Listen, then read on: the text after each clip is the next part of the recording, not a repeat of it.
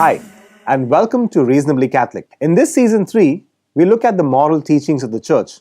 And today, we are looking at what the Church has to say about in vitro fertilization, or which is called IVF. There is a whole mess of problems with IVF, and some techniques are worse than the others. Some, for example, collect the germ cells from the people who are not married to each other and collect them in a morally illicit manner. Some also produce large numbers of children who are either allowed to die or who are frozen indefinitely. The least objectionable version would be homologous, which means a married couple, IVF, where the germ cells are collected from married parents in a morally licit manner and everything is done to protect the life of the child and of the children thus conceived. However, even this form of IVF is immoral. In its instruction, Donum Vitae, the Congregation for the Doctrine of the Faith, or the called CDF, explains that the Church remains opposed from the moral point of view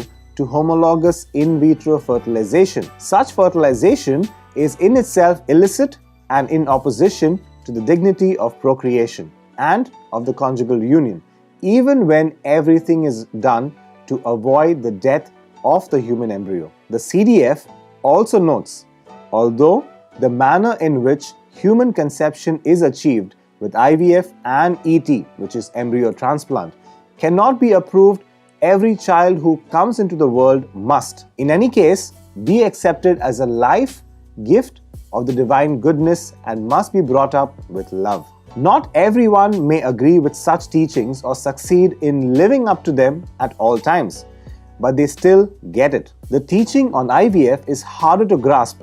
It creates human life. It makes babies for people who want to love and care for them. How can this be bad? Isn't the Church, after all, in favor of life? So, how can we explain this hard teaching to others, Catholic and non-Catholic, in a way that speaks to the reasons why so many people refuse to accept it and that shows compassion for the painful burden of infertility? I'll offer 4 points to keep in mind. Number 1, life is a gift, not a right. God gives life as a pure gift, not as something owed.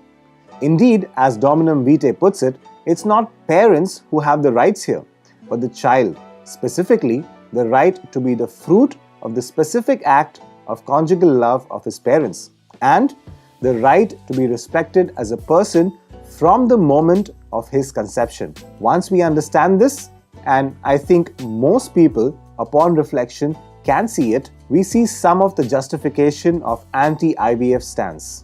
Number 2, doing justice to the Creator. God does not owe us children, but we do owe Him something, obedience to His moral law, which is, as Catholics, we believe the Church communicates without error. It is God's right to require that the transmission of life be natural consequence of the conjugal act, or to put it in another way, that is, it flows naturally from the love between husband and wife who cooperate with God as co-creators by calling into existence new persons with immortal souls and eternal destinies. Number 3, unintended consequences. The Church's teaching on IVF is based first and foremost on the immorality of the act itself. But in many cases, there are side issues like the medium of receiving the sperm, completely divorcing love and procreation, using technology to make human life a commodity, selective reduction to abort the unnecessary embryos,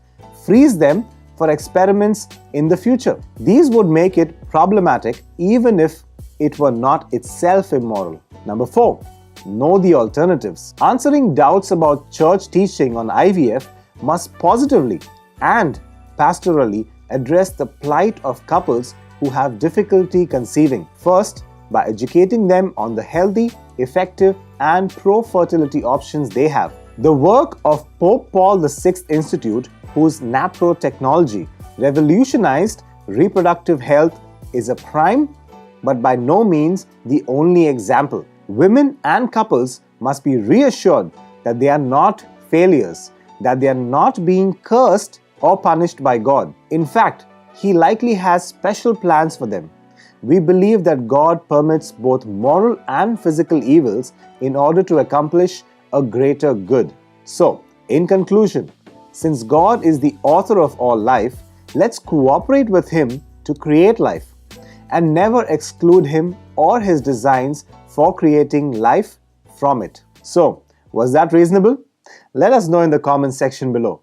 And until the next week, bye. You